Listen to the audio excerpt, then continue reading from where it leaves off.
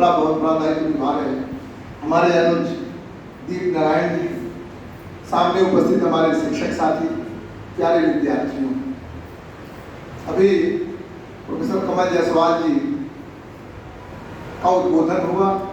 उन्होंने विषय वस्तु रखा और विषय के बारे में बताया। बड़ा गूढ़ और गंभीर विषय है गुरु का। अभी हम देख रहे थे कि जब इस विषय का प्रवर्तन हो रहा था, विषय रखा जा रहा था, गुरु, शिक्षक, अध्यापक, प्राध्यापक, कई बातें आ रही थी गंभीर विषय पर। और अच्छी बात यह है कि आज से सत्र का प्रारंभ हो रहा है। सत्र तो शुरू हो गया 14 से, लेकिन हमें लगता है विद्यार्थियों का आगमन आज से हुआ है।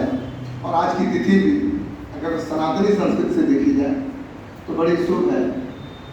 श्रावण मास है।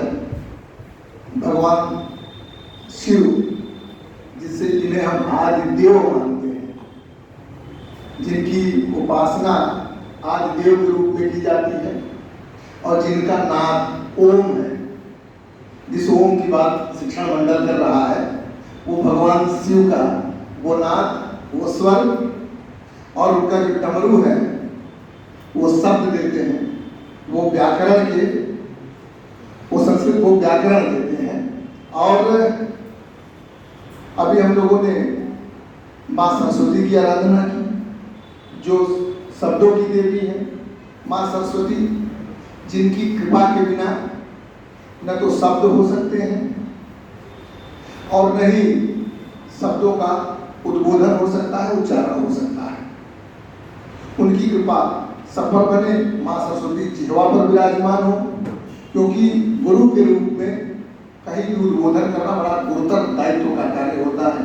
तो सबसे पहले माँ सरस्वती से प्रार्थना कि माँ सरस्वती जिह्वा पर विराजें और गुरुतर दायित्व के रूप में जो दायित्व मिला है, जब वो उद्बोधन समाप्त हो तो माँ सरस्वती की ऐसी कृपा हो कि मन को भी संतोष हो और विद्यार्थी भी इस बात को माने कि नहीं, उनके समक्ष किसी गुरुतर भार से व्यक्ति ने कुछ गुरुतर बातें कही। ये बड़ा गुरुतर दायित्व है। तो पहले तो वाणी की देवी माँ सरस्वती के श्री चरणों में नमन।